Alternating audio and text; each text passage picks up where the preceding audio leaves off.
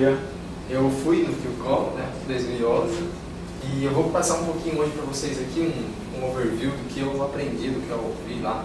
Algumas palestras eu anotei mais detalhes, né, coisas que eu achei que era mais interessante para a gente, e outras eu só coloquei o que, sei lá, o principal. Então a primeira palestra, né, no primeiro dia, tiveram lá os keynotes, e assim, para mim esse evento que teve foi um dos melhores que eu já participei. Além de muito organizado, né, as palestras foram bem legais, falando, o tema era bem atual e o nível também das palestras era muito bom, né? Então tiveram os keynotes. O primeiro keynote que eu participei foi de aprendizados de grandes sistemas de HTTP dado pelo Jim Weber, né? Ele é um cara muito bom, ele é muito engraçado, né?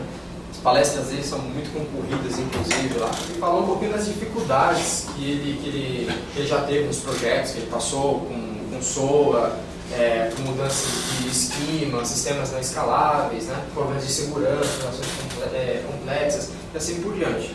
E aí ele contou um case de um serviço de SMS por voz da TOTWORKS, né? Onde ele participou, ele trabalha na TOTWORKS. E aí ele falou que a utilização de REST com um middleware de HTML foi mais barato do que uma solução baseada em ESB. Né? ESB é o mais utilizado hoje, no caso, para quem utiliza várias tecnologias e quer integrar tudo isso. O que é ESB? Né? Para quem não conhece, Enterprise Service Bus, é mais ou menos assim. Então você tem aqui de um lado, por exemplo, .NET, Java, né? Bibel. Do outro lado, isso é o lado do consumidor. Do lado do produtor você tem também outras tecnologias, né? Utilizando REST e tal. E aí você precisa integrar essas coisas aqui tudo, né? E aí você tem o USB, que funciona como se fosse um middleware para fazer a integração entre essas diversas tecnologias. E aí eles utilizando o REST com o próprio HTML saiu mais barato do que essa solução que é a mais comum, utilizada quando se fala de mensagens entre sistemas. Okay? E aí o segundo keynote foi de otimização de sites, dado pelo Sérgio Lopes da Kaelon, e ele falou sobre a importância de otimizar os sites. Né? Segundo ele fez uma pesquisa com os sites de todo mundo que estava participando lá, das empresas que todo mundo estava participando lá, né? E ele tirou algumas métricas e tal. Mas antes ele começou a falar de algumas empresas, citou aqui alguns números e tal que eu achei interessante. Então, por exemplo, cada 400 milissegundos de melhora, o Yahoo aumenta o tráfego em 9%, né? E também ao diminuir 2.2 de sua página principal, o Mozilla aumentou 15% dos downloads do Firefox. Então, ou seja, algumas alterações pequenas que eles foram fazendo, né? E que melhorou bastante a utilização do site.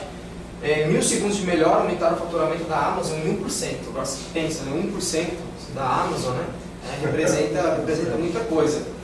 O Google também fez um experimento que aumentou o número de resultado de busca de 10 para 30. Então levando de 0.4 para 0.9. Ou seja, aumentou 0.5 segundos e o tráfego caiu 20%. Ou seja, ele trouxe mais informações de uma vez só, né?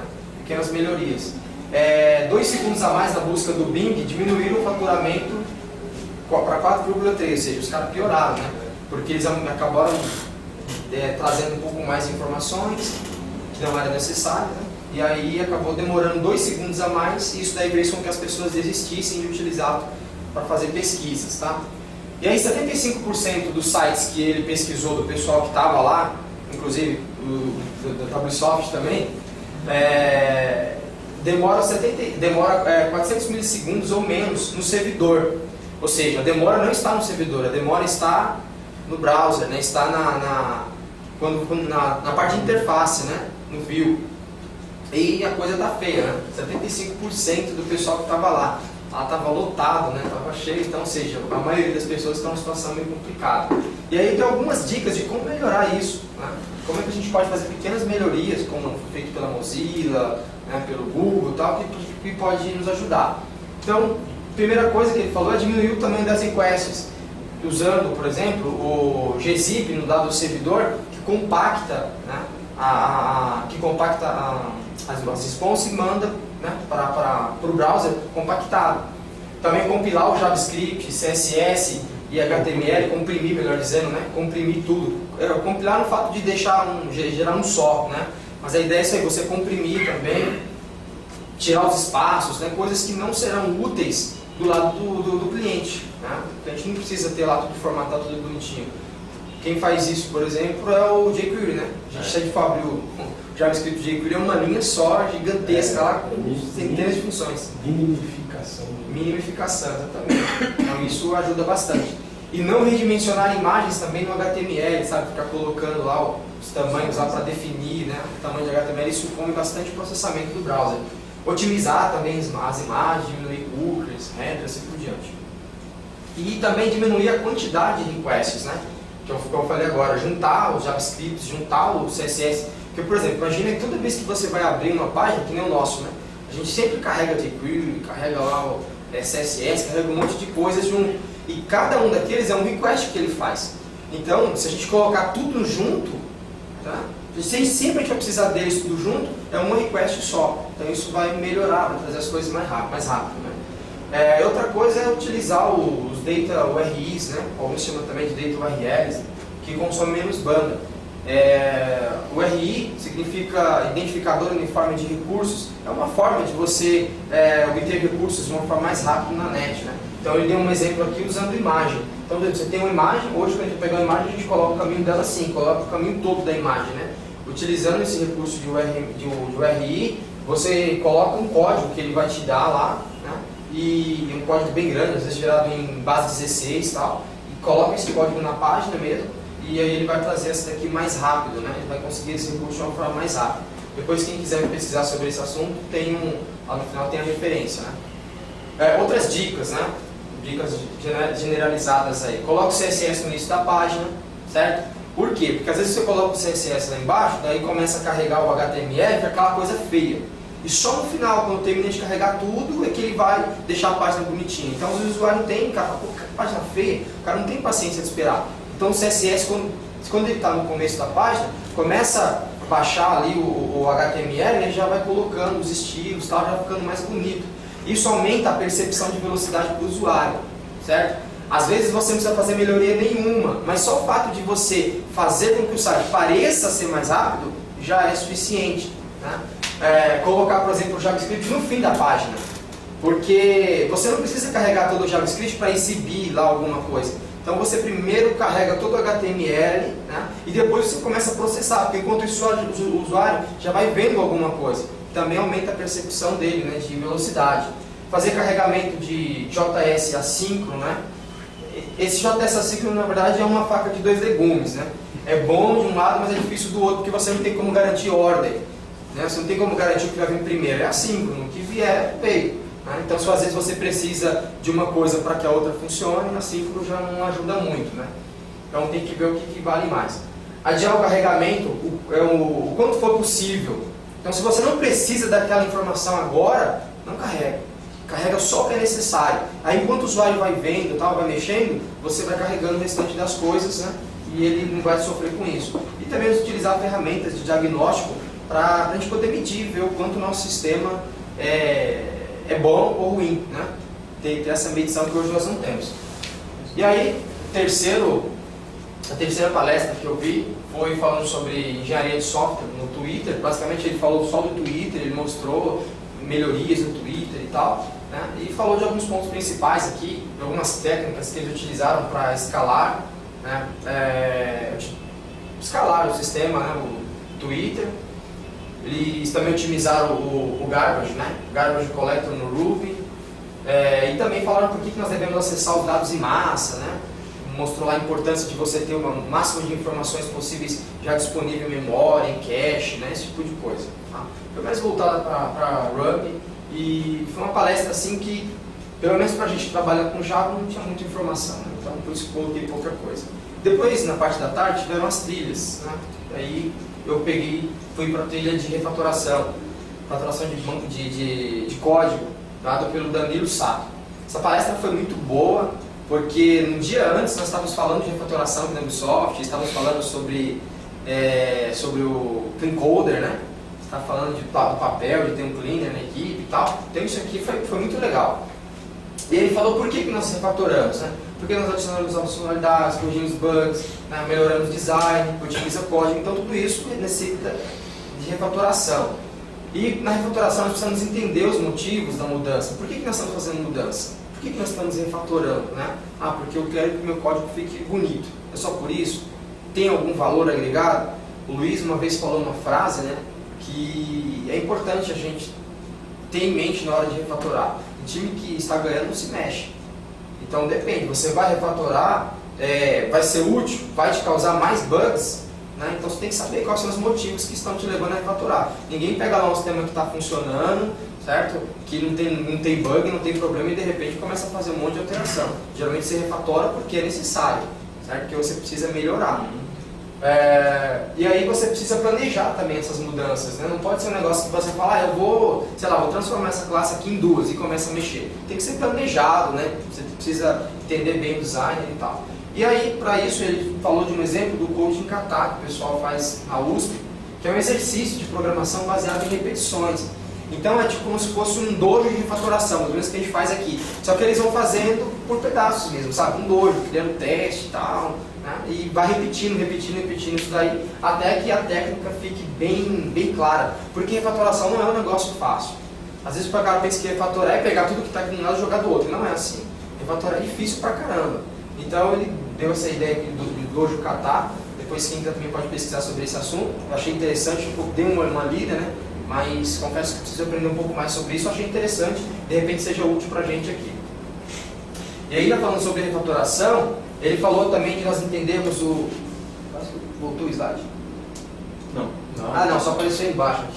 Nossa, apareceu embaixo. E aí ele falou de fazer o passo a passo, né? Identificar os objetivos, e aí tem o designer ativo e o design passivo. O ativo é o seguinte, é quando as decisões elas são na arquitetura, direcionadas para melhorar o projeto, certo? E já o passivo é mau cheiros, tipo coisa que a gente acha que a gente está vendo no código, mau cheiro, métricas erradas, visualizações que a gente fala, pô, isso aqui não está legal. E a gente vai falar, pô, esse métrica não está legal. Então isso aí é um passivo, certo? Já o ativo é aquele que a gente tem que melhorar a arquitetura. Então tem que identificar também esse objetivo e saber se nós vamos mexer na arquitetura, se nós vamos mexer. Geralmente o passivo é o que mais tem alteração, né? Vocês vão ver um pouco mais para frente, numa outra palestra, que a arquitetura a gente não se mexe muito, né? E traçar uma estratégia, né? Precisa traçar uma estratégia para fazer isso. Isolar o impacto das mudanças, então você tem que saber aquela refatoração que você vai fazer, aonde vai alterar. Porque às vezes uma refatoração pode piorar, se não for bem feito, se você não souber aonde vai impactar aquilo. Então por isso que é importante ter teste, né? Você precisa saber onde vai impactar. Utilizar baby steps, né? Ou seja, passo a passo. Manter os testes sempre passando. Às vezes você vai precisar regredir para progredir. Então ele mostrou isso aqui tudo em código. Eu estou falando para vocês, mas ele mostrou em código, onde ele tinha lá o controle, tinha um controller com um monte de responsabilidades e ele separou as funcionalidades do controle criando o teste. Então resumi na verdade o que ele foi falando lá, né?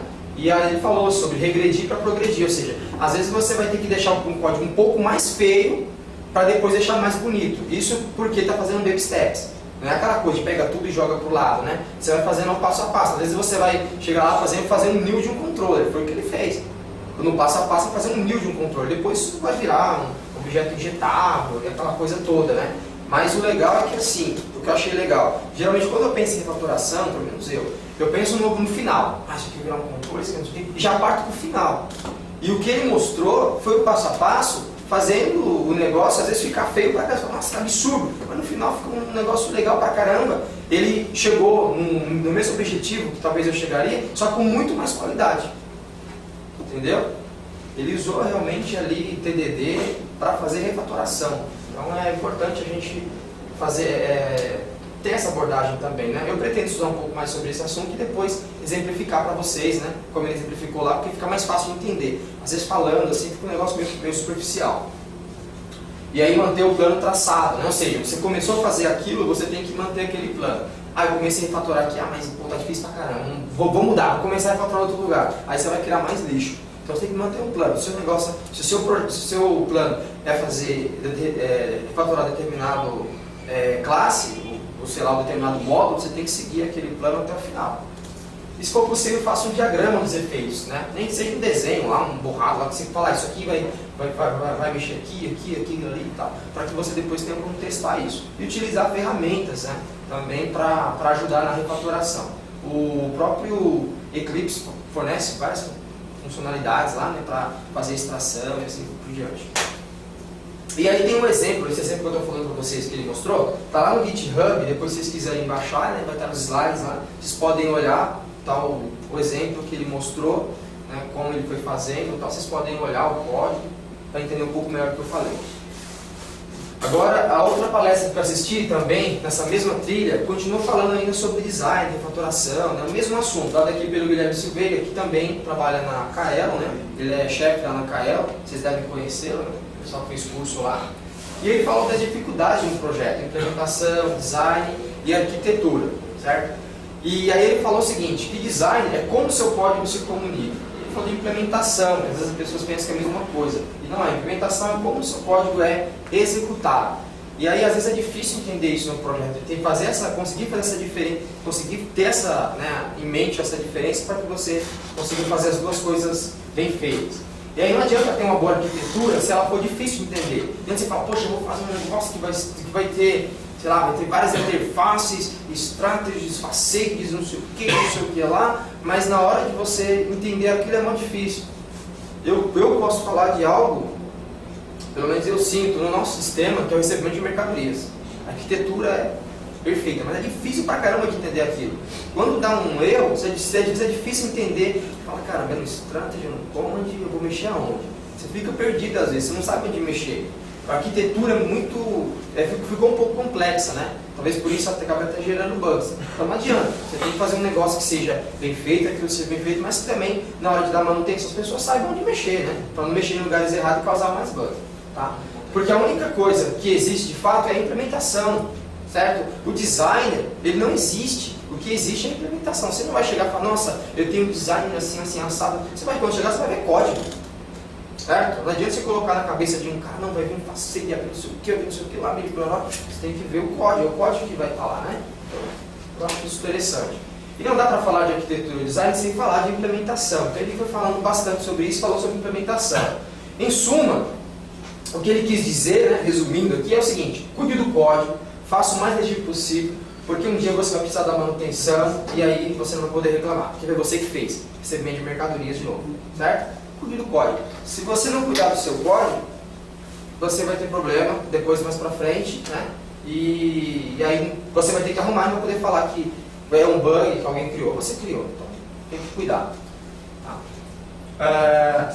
Dívida técnica, já aqui pelo Alexandre Freire, e ele falou o seguinte, ele falou dos tipos, né, de dívida. Ele falou da dívida irresponsável e da dívida consciente. A dívida irresponsável é aquela que é proposital, ou melhor, a dívida irresponsável, ela pode ser proposital ou não, na verdade, né? Por exemplo, uma dívida irresponsável. Eu fui lá, eu não tinha condições de comprar um carro ou de comprar uma determinada roupa, eu não tinha como pagar, mas eu fui lá e comprei. Aí chega o dia de pagar, eu não tinha como pagar, isso é uma irresponsável. Pode ser proposital. Agora suponhamos que eu fiquei doente, não tenho dinheiro, mas preciso comprar remédio, peguei dinheiro emprestado ou paguei no cartão. Essa é uma dívida também que é irresponsável, porque eu não tenho como pagar, mas não é proposital, certo? Fui forçado a fazer aquilo. Agora tem a outra dívida que é consciente, que você faz sabendo que você vai ter que um dia pagar. É uma dívida que geralmente você planeja, por exemplo, a compra de uma casa, a compra de um carro, né, um casamento, né? Enfim, são coisas que você faz e que você faz consciente. Tá? E débito não é dívida. Tá? Às vezes a gente chama um negócio de débito técnico e não é. Por quê? Porque dívida se paga. E débito não. Débito geralmente se acumula. Certo? Então, alguns tipos de dívida, né? Dívida técnica. Agora eu não vou chamar mais de débito técnico, eu vou chamar de dívida técnica. Atrasos, bugs, sistemas engessados, né? Baixa cobertura de código, falha de comunicação. Quem nunca teve isso aqui, né? Quem nunca teve esse problema? Que equipes não tem esse problema? Aqui no Microsoft a gente não tem esses problemas, né? Nós não temos. Então, isso aqui tudo, pessoal, isso aqui tudo é dívida. Então, quando a gente, por exemplo, atrasa uma release, é uma dívida que nós temos com o cliente. Ele estava esperando a funcionalidade, é uma dívida. Se nós temos bugs, nós temos também uma dívida e nós vamos ter que pagar ela um dia. E a dívida, quanto mais tempo passa, mais cara ela fica, porque tem juros. Tem juros, tem multa, não é isso? Então você vai ter que pagar por isso. Então se você não mexer no negócio agora, se você está vendo que a coisa está ruim, e você for postergar isso, né, for deixar isso evoluindo, quando você for pagar, você vai pagar muito caro. E ele falou que nós temos que calcular a dívida e pagar. Falando em técnica, ele utilizou o Sonar, que a gente também usa, né, para ter as métricas lá, cobertura de testes, bugs, assim por diante, né, que é mais de Sonar. A gente já conhece, a gente utiliza ele aqui. Então ele falou que nós temos que ter essas métricas e trabalhar em cima delas, né, das maiores inclusive. Agora o segundo dia, tá? Isso foi tudo no primeiro dia. Segundo dia, Keynote de novo, e aí o primeiro Keynote de caching e no SQL, dado pelo Kunai Bazin. Kunai Bazin, E aí o Kunai Bazin falou o seguinte, ele é da Terracota, e ele falou o seguinte, olha, que às vezes, quando você precisa trabalhar com grandes sistemas, às vezes não, quase sempre, você precisa trabalhar com grandes sistemas, às vezes você tem lá servidores potentes, né, com vários cores, só que o disco não acompanha. Então você tem um monte de, você precisa processar um monte de informações, o disco não acompanha. O que você precisa fazer? Você precisa então pegar centenas de gigas e colocar no cache da memória. Às vezes você tem até memória suficiente, mas você não vai conseguir, porque o garbage não deixa. Ele não vai deixar, ele vai ficar o tempo todo lendo lá e vai ficar matando as coisas que você colocou no cache, ele não vai deixar você trabalhar. Então, quando você precisa trabalhar com grandes volumes no cache, o garbage não vai deixar. Então, o que eles fizeram? Então, o que eles fizeram? Eles conseguiram resolver o problema. Como? Utilizando uma ferramenta chamada eCache. Um projeto que começou em 2003 pelo Greg Luke, né? E depois, em 2009, como eles precisavam dessa solução, eles assumiram o projeto, né, e deram continuidade nesse projeto. O eCache ele gerencia os objetos que estão no cache e decide quando apagá-los ou não. Então ele meio que dá uma enganada, né, no garbage, ele não deixa o garbage pegar as informações porque ele encapsula isso, certo? E ele é quem decide quando os objetos vão para o lixo ou não, tá? É uma solução para quem utiliza grandes volumes, não é o nosso caso, né? Mas fica aí como referência essa ferramenta. MythBuster foi aqui a segunda, né? E isso aqui foi da NASA, uma palestra bastante interessante. MythBuster, para quem não conhece, é um programa americano que desvenda mitos, né? Eles pegam lá vários mitos e aí eles vão desvendar para saber se é verdade ou mentira. Então, a ideia dessa palestra aqui, dada pelo... não vou falar o nome dele, da NASA. Howard Chan. Então, a ideia dele foi justamente desvendar algumas coisas falando de Cloud Computing, desvendar alguns mitos do Cloud Computing, né? Então, basicamente, a palestra dele foi sobre Cloud Computing. E aí, ele falou o seguinte, as pessoas, muitas empresas hoje elas não assumiram ainda, né? Não adotaram esse tipo de tecnologia, porque elas pensam que não é seguro, né? Só que você precisa confiar no terceiro, né? Talvez seja essa a grande dificuldade. O seu sistema vai estar armazenado no terceiro, você só consegue garantir o que está no seu controle, certo? Isso não tem jeito, é o que você vai precisar fazer. E as pessoas também pensam que não é confiável, né? Ah, porque cai muito. Aí ele falou, só que data center também cai, certo? E quando os seus dados estão no data center, também está em poder de terceiro, certo? A única diferença no cloud é que aquilo é virtual, né? Não está armazenado no lugar físico, aquilo é virtual, mas também você tem esses mesmos problemas. E aí você precisa precaver, você tem que contornar essas situações. Quando cai, o que você tem que fazer? Quando cai o data center, você vai fazer o quê? Né? A mesma coisa que você faria se estivesse utilizando o cloud. Ou melhor, você faz a mesma coisa no cloud que você faria se estivesse usando o data center. Mas precaver com redundâncias de aplicações, certo? Roteamento de zonas. Então, por exemplo, ele citou lá exemplos que a NASA, sistemas que a NASA tem, que eles utilizam roteamento de zonas. Então, tem um sistema funcionando em várias zonas e quando determinada zona cai, eles redirecionam para uma outra zona mais próxima, né? Para que as pessoas continuem utilizando lá. Cientistas continuam utilizando o sistema, porque eles têm laboratórios em todo o mundo. Então, é isso que nós precisamos fazer, né? Quando se trabalha com cloud. Não adianta reclamar. E muita gente pensa, não, cloud é só para pequenas empresas, né? Empresas grandes não. Só que é o seguinte, grandes empresas usam. Provavelmente até a Apple utiliza Cloud Computing. e ela não é infinita, mas ela é virtualmente ilimitada. Aí ele se mostrou aqui, isso aqui que vocês estão vendo, é um controle remoto, né, que ele fez, um robozinho, daí um cabinho USB, ele conectou no notebook dele lá, e a NASA tem os sistemas armazenados na Amazon, e ele pegou, foi lá e girou o botãozinho. E ali, só girando o botãozinho, né, ele mostrou lá as instâncias que ele tinha, então no sistema de gerenciamento, só girando o botão ele conseguiu colocar em minutos mais de 300 servidores no ar. Ele subiu lá, ele rodava lá, tipo, ia aumentando os servidores, ia mostrando lá, ia dando refresh na página, ia mostrando servidores. Então é muito rápido. Se você colocar em segundos, você subir 300 servidores, gente, é muita coisa, né? Então mostrou quão rápido e quão bom é isso. E aí ele falou sobre os projetos, né? Ele falou sobre o futuro, né? Sobre vários projetos que a NASA tem lá e eles estão agora trabalhando, fazendo investimentos, né? Trabalhando junto com o TI nesses projetos, né? Falou sobre alguns projetos que eles têm agora para esse ano ainda, tal. E ele falou de um negócio interessante, os robôs que estão em Marte, tal, que estão aí em outros planetas, eles mandam imagens aqui para o Brasil, para o mundo, né? No caso, para a Terra, e aí essas imagens elas vêm com 45 gigapixels, eu nem sabia que existia tanto isso, 45 gigapixels, uma imagem, porque precisa de alta definição, porque os cientistas vão trabalhar em cima daquilo, 45 gigapixels, e chega aqui em 10 minutos, utilizando o cloud, certo? Então os robôs que estão lá na Lua, utilizam, em Marte, estão utilizando o cloud computer também. Você vê que é um negócio grande, né? E aí, a terceira falou sobre evolução de arquitetura, né, como fazer ela funcionar, da Rebecca Parson, da Tolworth também, né? E ela falou sobre arquitetura evolucionária e design emergente. Aí, um exemplo aqui de arquitetura e design, depois vocês podem até dar uma olhada, tem um artigo muito bom na DevelopWorks da IBM aqui, um artigo bastante interessante falando sobre isso.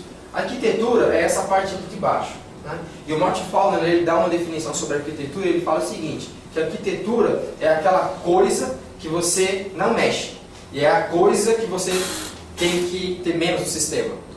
É essa base. A base você não mexe, certo? O design é essa parte de cima. Essa parte de cima você consegue manusear, certo? Então existe essa diferença entre design e arquitetura. E geralmente quando você vai fazer melhoria, você faz aqui em cima no design, certo? E você tem que saber a hora de tomar decisões, a hora de tomar, a hora certa de agir, né? Então você tem que focar nos lugares que são mais alterados. Então às vezes você está vendo que está gerando muito bug, é hora de agir, você tem que fazer alguma coisa. Senão o sistema vai ficar obsoleto, vai sucumbir, né? Você tem que saber a hora certa e correr para resolver os problemas. E aí você pode utilizar, você deve utilizar ferramentas ou frameworks que sejam fáceis de mudar, certo? Principalmente trabalhando com Java, nós temos muita coisa open source, você não pode ficar dependendo de uma ferramenta, dependendo de um framework. Não posso evoluir meu sistema, minha arquitetura, porque eu trabalho com esse framework. Você tem que ter coisas que sejam fáceis de mudar. Tá? Então você precisa automatizar, né? Eles falaram de automatização de teste, de deploy, coisas que nós já estamos fazendo, nós estamos correndo atrás disso. Tipo, um botão só você consiga fazer o trabalho, né? Difícil, o trabalho que às vezes é bem difícil até de se fazer, precisa ter uma pessoa ali, então você tem que automatizar para melhorar essa parte aí de deploy e teste. Aí teve almoço, filho de Deus, para eles comer. Precisa comer, gente. Primeiro dia ele foi, não, mas segundo tem que comer. Aí depois do almoço teve as trilhas, e aí novamente trilhas, e agora eu fui para a parte de JavaScript, né? Fiquei numa trilha lá que falava sobre JavaScript. E aí teve essa palestra aqui do Jorge, Valendox, né? Ele trabalha no IG e ele falou sobre edição de homes utilizando JavaScript, né, do começo ao fim, né? E ele falou sobre dificuldades que eles tinham no IG e tal, lá no sistema de gerenciamento, dificuldades que eles tinham, tipo usabilidade, performance, né, duplicidade de edição e assim por diante. E aí eles tiveram algumas sacadas, tiveram algumas ideias. Criaram uma interface intuitiva, né, parecido com uma interface de games, reunir as informações necessárias para que o pessoal do marketing ali conseguisse trabalhar num lugar só, não tivesse que ficar pegando as informações de vários lugares, e trouxeram um pouco da carga para o cliente, coisas que nós fizemos no pedido, lembra? pedido era lento pra caramba aqui no sistema, né? E a gente fez o que? A gente pegou e levou um pouco dessa carga para o lado do cliente, do cliente, por exemplo. E aí eles utilizaram o que para isso? Utilizaram JavaScript, lógico, né? Aquele esquema de criar objeto, JSON, né? Utilizou também Node.js e HTML5. Então eles pegaram, colocaram as coisas tudo em cache do lado do cliente, e aí o cliente trabalha com aquelas informações, né? Uma vez que ele já tem tudo ali carregado, né? Ele pode trabalhar com aquelas informações com muito mais velocidade do que se tivesse que ficar fazendo várias requests no servidor, né? Mesmo pensamento, no caso, que a gente teve quando fazer o pedido.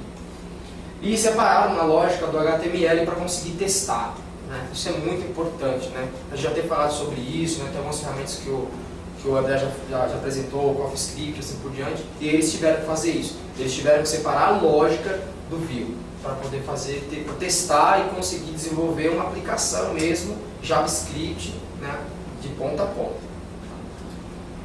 Aí depois a segunda trilha falou sobre programação funcional com orientação a objeto também com JavaScript, coisa também que a gente já fez. O Cristiano Milfon, né? Algumas pessoas conhecem, ele é da Bahia lá. E ele falou também sobre dificuldades com JavaScript. Por quê? Porque JavaScript não tem método, JavaScript não tem classe, JavaScript não tem padrão. JavaScript, na verdade, é um conjunto de funções e atributos. Nada mais do que isso. Ou seja, é uma linguagem fraca, certo? Você pode fazer uma infinidade de coisas com JavaScript, mas você pode fazer um monte de besteira também com JavaScript, justamente porque não tem padrão, certo? A gente fala assim, às vezes a gente cria objetos, tal, né, que foi a ideia que ele deu, são técnicas que a gente usa para contornar. Então ele deu várias técnicas que nós já conhecemos, por isso até eu não vou detalhar muitas delas. Mas assim, são técnicas que a gente já conhece, que é justamente criar objetos, sabe? Encapsular os métodos para chamar para um objeto, namespace, e assim por diante. E ele falou, desculpa, até acabou. E aí a outra palestra aqui foi falando sobre teste de interface, né? Falando aqui na verdade meio que uma continuação, porque ela é a mesma trilha, né? Do Andreas Medina e o Francisco Souza. Eles trabalham no Globo.com e eles falaram sobre várias ferramentas que a gente tem, Pickers, Selenium, Zope, HTML, Unity, o que mais? Capybara, né? Mais alguma? Enfim, falou sobre todas as ferramentas, aí falou sobre as vantagens de cada um, sobre a desvantagem, e meio que deu um geralzão em todas as ferramentas, né? Fez uma comparação entre todas elas, tudo isso para comparar com Splinter. Splinter é uma ferramenta que eles desenvolveram, os caras estão apresentando, tá? E é uma ferramenta para testar a interface, né? E é mais fácil, mais simples do que essas outras aí, só que porém completou um ano no dia que eles estavam apresentando, inclusive. É uma ferramenta nova ainda, né? É open source, qualquer pessoa pode participar. Depois, se os testadores quiserem procurar, né? Pode estudar mais sobre isso daí e de repente ver se serve pra gente. Mas é uma ferramenta criada por eles para testar a interface, ok? E essa foi a última palestra que eu assisti, ok? E aqui estão as referências, né, como eu disse. O blog da Kaelon tem alguns slides do evento e aí a definição da URI que eu falei se alguém quisesse pesquisar mais sobre esse assunto, ok? É isso daí, pessoal. Obrigado.